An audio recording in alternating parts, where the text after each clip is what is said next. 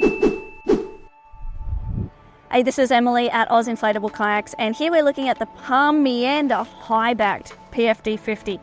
So this is awesome because it's got a high back.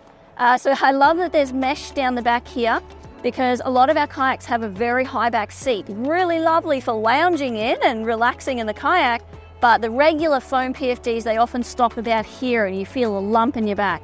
So it's great to have one that's got a high back.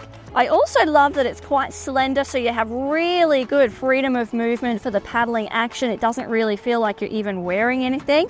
And it does come in 3 different sizes based on weight and chest measurement, so check the website.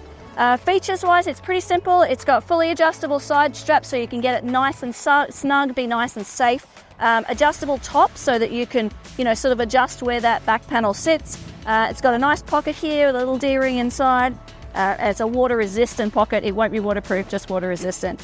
And all in all, a really great quality product from Palm.